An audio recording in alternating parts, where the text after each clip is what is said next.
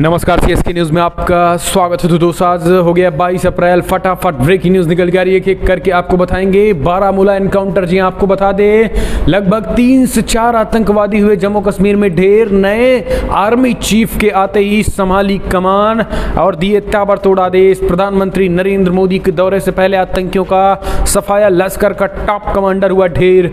दूसरी बड़ी अपडेट निकल के आ रही है दोस्तों, रूस और यूक्रेन युद्ध में कूदा भारत। जिस युद्धपोत से यूक्रेन ने जिस मिसाइल से हमला किया था, अब उसकी टेस्ट को परखेगा भारतीय नौसेनाएं। वहीं रक्षा मंत्री राजनाथ ने कहा, हमारी सुरक्षा चुनौतियों के लिए पूरी तरीके से हम अलर्ट हैं। दोनों के युद्ध के बीच रक्षा मंत्री राजनाथ सिंह का ऐलान। तीसरी बड़ी अपडेट निकल के आ रही है, 20 बिलियन अमेरिकी डॉलर के 114 लड़ाकू जेटों का सौदा। जी हाँ, global make in India route के पक्ष में इंडियन एयरफोर्स, वो हम आपको बताएंगे। यानी 114 मल्टी रोल वाले लड़ाकू विमान के निर्माण के लिए 20 बिलियन अमेरिकी डॉलर से अधिक के टेंडर के लिए भारतीय वायुसेना का डंका, वो हम आपको बताएंगे। भारत को 114 लड़ाकू जेट मिलेंगे। वहीं अगली अपडेट बताएंगे, जहां रशिया और भारत की दोस्ती के कायल हुए ब्रिटेन के प्रधानमंत्री बोरिस जॉनसन, किया बड़ा ऐलान, वो भी हम आपको बताएंगे। रूस यूक्रेन संकट पे कई बड़ी बातें। पीएम मोदी जहां एक तरफ युद्ध चल रहा है रूस यूक्रेन के, वहीं यूरोपीय दौरे पे जा रहे हैं। भारत का बजेगा डंका यूरोपीय देशों में, 3 देशों की यात्रा पे, वो हम आपको बताएंगे। इस बीच ब्रह्मोस मिसाइल से चाइना का सपना जो है वो चकनाचूर हो गया है, कैसे, वो भी हम आपको बताएंगे। इस बीच सुप्रीम कोर्ट में पहुंचा हिंदू सेना महासभा, कहा लाउड स्पीकर पर लगाई जानी चाहिए अजान, तो वो हम आपको बताएंगे। इस बीच ब्रिटेन पीएम क्यों चढ़ गए बुलडोजर पे, ये भी हम आपको बताएंगे। गुजरात में आए हैं और आज पीएम मोदी से मुलाकात होने वाली है, तो सब कुछ खबरें एक एक करके विस्तार से बताएंगे। जहां यूक्रेन को 80 करोड़ के हथियार सप्लाई करेगा अमेरिका, किया बड़ा ऐलान, तो वो भी बताएंगे। लेकिन उससे पहले छोटा सा निवेदन है, आपने चैनल को सब्सक्राइब ना किया तो पल के अपडेट के लिए चैनल को सब्सक्राइब करना ना भूलो। देश की इंडियन आर्मी के लिए जय हिंद लिखना मत भूलेगा दोस्तों। दरअसल पहली बड़ी अपडेट निकल के आ रही है, प्रधानमंत्री नरेंद्र मोदी के दौरे से पहले कश्मीर में सफाया शुरू। आतंकियों का नए आर्मी चीफ मनोज पांडे 30 तारीख को वैसे तो बनेंगे, लेकिन अभी से ही उनकी ताबड़तोड़ एक्शन उनका जारी। आतंकी ढेर, टॉप कमांडर यूसुफ ढेर हुआ है और इसके साथ उनके साथ 2 और आतंकी हुए हैं ढेर जम्मू कश्मीर में। दरअसल दोस्तों आपको बता दें, प्रधानमंत्री नरेंद्र मोदी के जम्मू कश्मीर दौरे से ठीक पहले ताबड़तोड़ आतंकियों का सफाया जारी है, क्योंकि कमान पीएम मोदी की सुरक्षा आने वाले समय में 30 तारीख को थल सेना चीफ बनने वाले मनोज पांडे करेंगे। दरअसल मनोज पांडे अपने हाथों में पीएम मोदी की सुरक्षा की कमान ले ली हुई है और यही कारण है कि आतंकियों का ताबड़तोड़ सफाया जारी है। आतंकियों ने 2 दिन से लगातार हमले कर रहे हैं और यही कारण है कि इन आतंकियों को रोकने के लिए अब बड़ी खबर निकल के आई, जहां सुरक्षा बलों ने ताबड़तोड़ आतंकी हमले को नाकाम करते हुए आतंकियों को ढेर करना शुरू कर दिया। पिछले 24 घंटे में 3 ज्यादा आतंकियों को ढेर कर दिया गया है। हम चलते हैं एक और अपडेट लेते हैं। रशिया यूक्रेन युद्ध में कूदे भारत के रक्षा मंत्री राजनाथ सिंह ने किया बड़ा ऐलान, कहा रूस यूक्रेन जंग के बीच हमारी सेनाएं पूरी तरीके से अलर्ट, हर सुरक्षा चुनौतियों के लिए हम तैयार। इसके साथ ही आपको बता दें, जो एक युद्ध हुआ था, जो रूस के युद्धपोत मोस्कावा को यूक्रेन ने अपने मिसाइल हमले में जो मार गिराया था, तबाह किया था, अब भारतीय नौसेना उसका अध्ययन कर रही है और आखिर किस तरीके के मिसाइल थे और वो मिसाइल कितनी घातक रही जो पूरी मोस्कावा को ही तबाह कर दिया था। तो ये युद्ध के बीच ये एंट्री हुई है। दरअसल रशिया यूक्रेन युद्ध की पृष्ठभूमि में रक्षा मंत्री राजनाथ सिंह ने गुरुवार को थल सेना के शीर्ष कमांडरों के साथ कहा है कि भविष्य में भारत के सामने आने वाली हर संभव सुरक्षा चुनौतियों के लिए हम तैयार हैं, जिनमें गैर पारंपरिक युद्ध भी शामिल हैं। रक्षा मंत्री ने कहा है कि सोमवार थल सेना नए कमांडरों के सम्मेलन में टिप्पणी की है। रक्षा मंत्री ने किसी भी संभावित स्थिति से निपटने के लिए सेना के परिचालन संबंधी तत्परता के लिए उसकी सराहना कर रही हैं। दरअसल आपको बता दें, इस समय कमांडरों की बैठक चल रही है, 5 दिवसीय बैठक चल रही है, जिनमें सीमावर्ती हालातों पर चर्चा हो रही है। यानी चाइना के साथ साथ पाकिस्तान के राजनीतिक महत्व को लेकर भी बातचीत जारी है और यही कारण है कि अब इन हालातों पर जो है वो बड़ी खबर निकल के आई है, जहां पर आपको बता दें रक्षा मंत्री राजनाथ सिंह ने रूस यूक्रेन जंग के बीच ये बड़ा ऐलान किया है। और इस बीच आपको बता दें, उन्होंने कहा है कि हम इसका भी अध्ययन करेंगे कि कैसे यूक्रेन ने कौन सी खतरनाक मिसाइल थी जिससे रूस का जो है मोस्कावा जो युद्धपोत था समुद्र में, वो तबाह हो गया है, तो इसका भी अध्ययन वो करें करेंगे भारतीय सेनाएं। हम चलते हैं एक और अपडेट लेते हैं दोस्तों। बड़ी खबर निकल के आ रही है, 20 बिलियन अमेरिकी डॉलर के 114 लड़ाकू जेट का हुआ सौदा। Global make in India route के पक्ष में इंडियन एयर फोर्सेज। दरअसल 114 मल्टी रोल वाले लड़ाकू विमान के निर्माण के लिए 20 बिलियन अमेरिकी डॉलर से अधिक के टेरर के लिए भारतीय वायुसेना देश के अंदर विमानों के उत्पादन के लिए रणनीतिक साझेदारी नीति मॉडल पर buy global make in India route अपनाना पसंद करेंगे। Buy global make in India विदेश हथियार सिस्टम के अधिग्रहण को सुगम बनाने के लिए रक्षा मंत्री राजनाथ सिंह के तहत रक्षा अधिग्रहण प्रक्रिया 2020 में प्रदान की गई खरीद प्रक्रिया की एक कैटेगरी है और देश के अंदर उनका उत्पादन रक्षा कार्यक्रम में मेक इन इंडिया के तहत होना चाहिए। और यही कारण है कि रक्षा खरीद जारी और इसके तहत 114 लड़ाकू जेट होंगे। लड़ाकू विमान प्रोजेक्ट के 114 आरएम प्रोजेक्ट को भी भारतीय वायुसेना को सौंपा जाएगा। तो ये आने वाले समय में भारतीय सेना को मिलेंगे और मेक इन इंडिया के तहत मिलेंगे। हम चलते हैं एक और अपडेट लेते हैं। यूरोप के 3 देशों की यात्रा पर जाएंगे प्रधानमंत्री नरेंद्र मोदी। रशिया यूक्रेन युद्ध के बीच पीएम मोदी का दौरा काफ़ी महत्वपूर्ण है और इसकी चर्चा जो है दुनिया भर में है।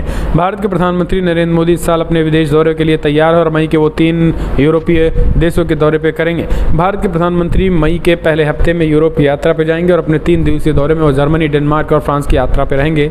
इस साल भारतीय प्रधानमंत्री का पहला विदेश दौरा होगा। हालांकि आपको बता दें, इन तीनों देशों के दौरे के बीच जहाँ यूरोपीय देश रशिया पर लगातार हमलावर हैं, तो वहीं यूरोपीय देशों का कहीं न कहीं ये दौरा प्रधानमंत्री मोदी के लिए भी काफ़ी खास है और रशिया के लिहाज से भी काफ़ी खास है और रशिया भी कई जो है वो पीएम मोदी से बातें चाहता है। हम चलते हैं एक और अपडेट लेते हैं। आपको बता दें, ब्रह्मोस मिसाइल के ताबड़तोड़ परीक्षण से चीन का सपना हुआ चकनाचूर। वियतनाम को भी खतरनाक मिसाइल अपग्रेड वर्जन भी सौंपेगा भारत। खतरनाक 3000 किलोमीटर प्रति घंटे की रफ्तार से मिसाइलों का हुआ है परीक्षण। चाइना का सपना टूटा। दरअसल समुद्र में चाइना की दादागिरी का सपना वो टूट चुका है, जहां पर चाइना लगातार, चाहे वो साउथ चाइना सी हो या हिंद महासागर या प्रशांत महासागर में हमले, अब वहां तक भी भारत की जो खतरनाक ब्रह्मोस मिसाइल है और फाइटर जेट से ही इसे कहीं ना कहीं लॉन्च किया जाता है, उससे चाइना डरा हुआ है। ब्रह्मोस मिसाइल इसकी स्पीड 3000 किलोमीटर प्रति घंटा है, यानी झटके में 1 घंटे में 3000 की दूरी पर 3000 किलोमीटर की दूरी पर बैठे भी चाइना को तबाह किया जा सकता है। और ये सुपरसोनिक क्रूज मिसाइल है। यही कारण है कि अब चाइना की हवा खराब हो गई है। खास बात यह है कि वियतनाम, जो कि चाइना का पड़ोसी है और चाइना का दुश्मन है, यानी भारत का दोस्त है, चाइना का दुश्मन है, उसको भारत जो है ब्रह्मोस मिसाइल देगा और ब्रह्मोस मिसाइल देने की पूरी डील हो चुकी है। और यही कारण है कि अपग्रेड वर्जन भी वियतनाम को दिए जाएंगे। तो अगली अपडेट, 400वें प्रकाश पर्व पर प्रधानमंत्री मोदी का लाल किले से संबोधन। सिखों को बताया आदर्श, कहा गुरुओं का ये देश रहा है। पीएम मोदी ने कहा हिंदुस्तान का जो आदर्श है वो गुरुओं के आदर्शों पर आगे बढ़ता रहा है। लाल किले से पीएम मोदी का संबोधन। बड़ी खबर आपको बता दें, कहा अफगान संकट पर गुरु ग्रंथ साहिब को सिर पर रख कर भारत लाया गया, पूरी शान से लाया गया था। सिखों को बचाया गया, संस्कृति की भी रक्षा की गई, जीवों की तो रक्षा की गई, मनुष्यों की, लेकिन संस्कृति को भी बचाया गया। ये हमारे देश का और हमारे गुरुओं का बलिदान दिया। इसके साथ उन्होंने कहा है कि आज़ादी के 100 साल तक नए भारत बनाएंगे, 100 साल मनाएंगे तो हमारा भारत एक नया भारत होगा। हमें अपना प्रत्येक क्षण देश के लिए लगाना है, देश के लिए न्यौछावर करना है। पीएम मोदी ने कहा है कि लाल किला भी अहम कालखंडों का साक्षी है। इतना ही नहीं, प्रधानमंत्री नरेंद्र मोदी ने स्पष्ट कहा है कि भारत ने किसी देश के लिए खतरा पैदा कभी नहीं किया है और अब ये नया भारत है। ये नया भारत अपने फैसले स्वयं करता है। गुरु नानक जी ने पूरे देश को एक सूत्र में पिरोया था। गुरु तेग बहादुर जी के बलिदानों और भारत की अनेक पीढ़ियों को अपनी संस्कृति की मर्यादा की रक्षा के लिए और उनके मान सम्मान स्वाभिमान के लिए जीने और मर मिट जाने की प्रेरणा देती है। बड़ी बड़ी सत्ताएं मिट गई, बड़े बड़े तूफान शांत हो गए, लेकिन आज भारत भी अमर खड़ा है, आगे बढ़ रहा है। गुरु नानक देव जी ने पूरे देश को एक सूत्र में पिरोया। गुरु तेग बहादुर जी के अनुयायी हर तरफ हुए, पटना में पटना साहिब, दिल्ली में रकाबगंज साहिब, और हमें हर जगह गुरुओं के ज्ञान और आशीर्वाद के रूप में भारत के दर्शन होते हैं। तो ये पीएम मोदी ने अपने संबोधन में सिखों के बलिदान, सिखों के त्याग, सिख गुरुओं को देश के प्रति दिए गए समर्पण भाव को भी पीएम मोदी ने याद दिलाया और कहा कि ये देश अब अपने दम पर फैसले लेता है। तो इस वीडियो को लाइक हम चलते हैं एक और अपडेट। हवाई सफ़र करने वालों के लिए खुशखबरी, 2024 तक 100 नए एयरपोर्ट के निर्माण का रखा गया लक्ष्य मोदी सरकार की तरफ से। प्रधानमंत्री नरेंद्र मोदी ने 15वें सिविल सेवा दिवस के अवसर पर लोक प्रशासन विशिष्टता पुरस्कार प्रदान किए हैं। नागरिक उड्डयन मंत्रालय की प्रमुख क्षेत्रीय संपर्क योजना UDAN को लोक प्रशासन 2020 में बेहतर काम के लिए प्रधानमंत्री पुरस्कार से सम्मानित किया गया है। इस दौरान नागरिक उड्डयन मंत्रालय की संयुक्त सचिव ने कहा है कि अब तक लगभग 67 डेस्टिनेशन को जोड़ा गया है और 419 नए हवाई मार्ग शुरू किए गए हैं। हमारा लक्ष्य साल 2024 तक 100 नए एयरपोर्ट बनाना और 1000 मार्गों तक पहुंचना है। इस दौरान प्रधानमंत्री ने सिविल सेवा अधिकारियों को संबोधित भी किया। अपने संबोधन में प्रधानमंत्री ने सभी को सिविल सेवा दिवस की बधाई भी दी है। हम चलते हैं एक और अपडेट लेते हैं। भारत और रशिया की दोस्ती के बीच ब्रिटिश PM बोरिस जॉनसन हुए कायल। यूक्रेन संकट पर भी कही बड़ी बातें। दरअसल ब्रिटेन के प्रधानमंत्री बोरिस जॉनसन यूक्रेन से रूसी आक्रमण पर भारत के रुख के बारे में बड़ा बयान दिया। बोरिस जॉनसन ने कहा है कि हर कोई जानता है कि भारत और रशिया के बीच ऐतिहासिक रूप से बहुत अलग संबंध हैं।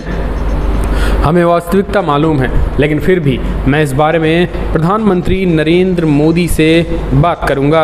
PM जॉनसन उन नेताओं में से एक हैं जो यूक्रेन पर रूसी हमलों के खिलाफ काफ़ी मुखर रहे हैं। उन्होंने रूस के राष्ट्रपति व्लादिमीर पुतिन की काफ़ी आलोचना भी की है। वहीं इससे उलट भारत का यूक्रेन और रूस के बीच युद्ध में रुख हर बार तटस्थ रहा है। भारत कई दफ़े संयुक्त रूप राष्ट्र महासभा में रूस के खिलाफ वोटिंग में शामिल न होकर अपनी तटस्थता जाहिर कर चुका है और यही कारण है कि रूस के राष्ट्रपति व्लादिमीर पुतिन और PM मोदी के बीच क्या संबंध हैं, इसको लेकर रूसी राष्ट्रपति ने साफ ब्रिटेन के प्रधानमंत्री ने साफ इस बात को दोहराया। हम चलते हैं और अपडेट लेते हैं। यूक्रेन को देंगे $80 करोड़ के हथियार, खुफिया सूचनाएं भी कर रहे सर जो बाइडेन का बड़ा ऐलान। कहा बड़े पैमाने पर हथियारों की भी मदद और आर्थिक तौर पर भी की जाएगी मदद। अमेरिकी राष्ट्रपति जो बाइडेन ने गुरुवार को कहा है कि अमेरिका रशिया से रक्षा के लिए यूक्रेन को सैन्य सहायता के तौर पर $80 करोड़ अतिरिक्त सहायता भेजेगा। साथ ही हम खुफिया सूचनाएं भी शेयर कर रहे हैं। इसके अलावा जो बाइडेन कांग्रेस से यूक्रेन के लिए हथियार, गोला बारूद आदि के लिए धन के लिए कहेंगे, क्योंकि मौजूदा रकम लगभग खत्म हो गई है। अप्रैल की शुरुआत में यूक्रेन को दी गई अमेरिकी सैन्य सहायता में $80 करोड़ और मार्च में यूक्रेन के लिए लगभग $13 बिलियन की सैन्य और मानवीय सहायता के बाद ये सहायता जो है वो दी गई है। हम चलते हैं और अपडेट लेते हैं दोस्तों। बड़ी खबर निकल के आ रही है एक और आपको बता दें, यूक्रेन की मारिउपोल शहर पर भी रूस का कब्जा। पुतिन ने थपथपाई सेना की पीठ, कहा 9 तारीख तक करो पूरे यूक्रेन पर कब्जा। दरअसल आपको बता दें, रूस के राष्ट्रपति व्लादिमीर पुतिन ने ऐलान कर दिया है कि यूक्रेन के मारिउपोल शहर को सफलतापूर्वक स्वतंत्र करवा लिया गया है। हालांकि पुतिन ने अपनी सेना से कहा है कि शहर में यूक्रेन के आखिरी स्ट्रॉन्ग होल्ड पर हमला ना करें। राष्ट्रपति पुतिन के रक्षा मंत्री की तरफ से जानकारी के बाद अपनी सेना की पीठ थपथपाई है और कहा है कि आने वाले समय और आने वाली चुनौतियों पर हमें और फोकस करना है। एक और अपडेट लेते हैं दोस्तों। शहबाज ने तारिक फ़तेमी को विदेश मंत्रालय के विशेष सहायक पद से हटाया। बड़ी खबर निकल के आ रही है, आपको बता दें, जहां फिर से पाकिस्तान की नई सरकार में भी मचा हुआ है घमासान। दरअसल आपको बता दें, पाकिस्तान की नई सरकार में मतभेद के संकेत मिलने लगे हैं। PM शहबाज शरीफ ने गुरुवार को तारिक फ़तेमी को विदेश मंत्रालय के विशेष सहायक पद से हटा दिया। शरीफ की ओर से यह कदम गठबंधन सहयोगी पाकिस्तान पीपल्स पार्टी यानी PPP की ओर से विरोध दर्ज कराने के बाद उठाया गया है। फ़ातिमी को पाकिस्तान मुस्लिम लीग नवाज़ यानी PMLN सुप्रीमो नवाज शरीफ का करीबी माना जाता है। 77 वर्षीय पूर्व राजनयिक को शुरू में शहबाज के मंत्रिमंडल का हिस्सा नहीं बनाया गया था, लेकिन मंगलवार को प्रधानमंत्री और उनके गठबंधन सहयोगियों के बीच विचार विमर्श के बाद उन्हें शपथ ली थी। तारिक फ़तेमी साल 2013 से 2017 तक विदेशी मामलों पर प्रधानमंत्री के विशेष सहायक के रूप में कार्य किया है, लेकिन तथाकथित डॉन लीक्स घोटाले के बाद उन्हें हटा दिया गया था। हम चलते हैं और अपडेट लेते हैं दोस्तों। बड़ी खबर निकल के आ रही है, पीओके में चुनाव के पीछे पाकिस्तान की बड़ी साजिश, चल रहा आज़ाद कश्मीर का प्रोपेगेंडा। दरअसल पाकिस्तान तहरीक इंसाफ पार्टी की क्षेत्रीय अध्यक्ष सरदार तनवीर इलियास को सोमवार को पीओके का प्रधानमंत्री चुन लिया गया। हाल ही में सत्ता से बेदखल होने वाले इमरान खान ने इलियास का नाम आगे किया। इससे पहले सरदार अब्दुल ख़याम नियामी को पार्टी में विद्रोह के बाद इस्तीफा देना पड़ा था। दरअसल पाकिस्तान पीपल्स पार्टी यानी पीपीपी और पाकिस्तान मुस्लिम लीग नवाज पीएमएलएन की मिलीजुली सरकार में इस समय शहबाज शरीफ प्रधानमंत्री हैं। उन्होंने चौधरी यासीन को पीओके का प्रधानमंत्री पद के लिए उतारा था। पीओके की असेंबली में 700 प्रत्याशियों में से 53 सदस्य चुने गए हैं। इसके लिए 20 लाख मतदाताओं ने वोट किया। आपको जानकर आश्चर्य होगा कि पीओके में फेडरल इलेक्शन भी होते हैं। यहाँ एक सुप्रीम कोर्ट और एक हाई कोर्ट भी है। जब पीओके को पाकिस्तान के कब्जे में बताया जाता है तो आखिर ये संस्थान अलग क्यों हैं, ये हम आपको बता रहे हैं। ये समझते हैं कि आखिर पीओके के अस्तित्व में आया। बंटवारे के समय कश्मीर को विकल्प दिया गया था कि वो भारत के साथ रहे या पाकिस्तान के साथ चला जाए, लेकिन महाराजा हरी सिंह ने स्वतंत्र रहना चुना था। समझौते पर हस्ताक्षर करने के बाद पाकिस्तान ने कश्मीर में कब्जा करना शुरू कर दिया था। पाकिस्तानी घुसपैठ का जवाब देने के लिए भारत और पाकिस्तान के बीच 1949 में युद्ध छिड़ा, जिसके बाद यूएन ने दखल दिया और कहा कि भारत के साथ जम्मू कश्मीर का विलय सही है। उसके बावजूद अभी जो है वो छूटा नहीं है। एक कारण है कि पीओके पे भारत अपना दावा ठोंकता है। एक और अपडेट लेते हैं, बड़ी खबर निकल के आई है दोस्तों, जहां पर आपको बता दें नया बयान निकल के आया है खास करके देश में ही कुछ लोगों के द्वारा। दरअसल ये बयान किसके द्वारा निकल के आया है वो हम आपको बता देते हैं। ये बयान निकल के आया है, देश में एक मुस्लिम पार्टी है, उन्होंने भारत को लेकर करारा बयान दिया है। भड़काऊ बोल कांग्रेस नेता तौकीर रजा के भड़काऊ बोल सामने आए हैं। कहा सड़क पर उतरे मुसलमान तो कोई नहीं कर पाएगा कंट्रोल। कांग्रेस की नेता और अक्सर विवादों में रहने वाले मौलाना तौकीर रजा ने फिर एक बार भड़काऊ बयानबाजी की। लाउडस्पीकर और अजान विवाद को धमकी देते हुए तौकीर रजा ने कहा है कि जिस दिन मुसलमान सड़कों पर उतरेगा किसी के कब्जे में नहीं आएगा। तौकीर रजा ने पीएम मोदी को दूसरा धृतराष्ट्र बताते हुए कहा है कि यदि उनको यही रुख रहा तो देश को महाभारत से कोई नहीं बचा सकता। तौकीर रजा ने गुरुवार को एक प्रेस कॉन्फ्रेंस में कहा है कि 10 दिन बाद बैठक किया जाएगा और एक बार फिर जेल भरो आंदोलन किया जाएगा। तौकीर रजा ने कहा है कि जिस दिन मुसलमान सड़कों पर उतर जाएगा उस दिन फिर किसी के कब्जे में आने वाला नहीं है। हम चलते हैं और अपडेट लेते हैं दोस्तों। बड़ी खबर निकल के आई, जहां भारत और अमेरिका के रक्षा संबंधों को पेंटागन की पूर्व अफसर ने बताया विश्वसनीय, कहा क्षेत्र में बढ़ेगा निवेश। दरअसल अमेरिका के रक्षा मंत्रालय के मुख्यालय पेंटागन के पूर्व शीर्ष अधिकारी और अब बोइंग कंपनी के वरिष्ठ अधिकारी हैती ग्रांट ने कहा है कि दुनिया के सबसे बड़े व पुराने लोकतंत्र भारत और अमेरिका के बीच संबंध कई वर्षों से काफ़ी विश्वसनीय बन गए हैं। Boeing business development, defence, space security and global services के अध्यक्ष हैदी ग्रांट ने बुधवार को कहा है कि भारत हवाई क्षेत्र में तेज़ी के साथ काम कर रहा है और ये चीज़ें कहीं ना कहीं एक तरीके से अच्छी हैं और भारत और अमेरिका के बीच संबंध तेज़ी के साथ बढ़ेंगे। हम चलते हैं और अपडेट लेते हैं दोस्तों। बड़ी खबर, अमेरिकी सांसद इल्हान उमर के पीओके दौरे पर भारत ने जताई नाराज़गी, कहा ये छोटी सोच की राजनीति ना करें। दरअसल आपको बता दें, बड़ी खबर निकल के आई है, भारत ने अमेरिकी कांग्रेस की महिला सदस्य इल्हान उमर की पाकिस्तान के कब्जे वाले कश्मीर की यात्रा की गुरुवार को निंदा करते हुए कहा है कि एक संकीर्ण मानसिकता वाली राजनीति को प्रदर्शित करता है। विदेश मंत्रालय के प्रवक्ता रिंदम बगाची ने साप्ताहिक प्रेस वार्ता में इल्हान उमर को पीओके यात्रा की आलोचना की। अमेरिकी कांग्रेस की सदस्य अभी पाकिस्तान की 4 दिवसीय यात्रा पर हैं। बगाची ने कहा है कि हमने इल्हान उमर के भारतीय संघ राज्य क्षेत्र जम्मू कश्मीर के एक इलाके में यात्रा की खबरों को देखा जो अभी पाकिस्तान के अवैध कब्जे में है। उन्होंने कहा है कि मैं केवल इतना कहना चाहता हूं कि अगर कोई ऐसी राजनीतिक अपनी संकीर्ण मानसिकता को प्रदर्शित करती है तो ये उनका काम है। हम चलते हैं और अपडेट लेते हैं। बड़ी खबर निकल के आई है दोस्तों, एक और आपको बता दें, जहां चीन की कैपेसिटी को अंडर एस्टिमेट ना करे अमेरिका। चीनी रक्षा मंत्री को कि यूएस को वार्निंग। अमेरिका को चीन की दृढ़ संकल्प और क्षमता को कम करके नहीं आंकना चाहिए। चीनी स्टेट काउंसिल और राष्ट्रीय रक्षा मंत्री वेई वेंगे ने अमेरिकी रक्षा मंत्री लॉयड ऑस्टिन के साथ फ़ोन कॉल के दौरान ये बातें कही हैं। फ़ोन पर बातचीत में दोनों मंत्रियों ने समुद्री हवाई सुरक्षा और यूक्रेन की स्थिति जैसे मुद्दों पर भी चर्चा की गई है। वेई ने कहा है कि चीन और अमेरिका को दोनों राष्ट्राध्यक्षों के बीच बनी सहमति को गंभीरता से लागू करना चाहिए। चीन संयुक्त राज्य अमेरिका के साथ ठोस और स्थिर संबंध स्थापित करने की उम्मीद करता है। वेई ने कहा है कि इस दौरान चीन अपने राष्ट्रीय हितों और गरिमा की रक्षा करेगा। हम चलते हैं एक और अपडेट लेते हैं। बड़ी खबर निकल के आई है जहां पर आपको बता दें ब्रिटिश पीएम बोरिस जॉनसन ने की बुलडोजर की सवारी स्टार्ट भी किया। दरअसल आपको बता दें यूके के प्रधानमंत्री बोरिस जॉनसन गुजरात दौरे के दौरान हालोल में GIEC पंचमहल में नई JCB ट्रैक्टर फैक्ट्री का दौरा किया। इस दौरान उन्होंने एक बुलडोजर के अंदर बैठकर उससे स्टार्ट भी किया। इसके बाद वो बाहर निकले और हाथ हिलाकर अभिवादन स्वीकार किया। उन्होंने कहा है कि हम इस साल के अंत में भारत के साथ एक और मुक्त व्यापार समझौता पूरा करने की उम्मीद कर रहे हैं। गौरतलब है कि किसी भी ब्रिटिश पीएम का ये पहला गुजरात दौरा है।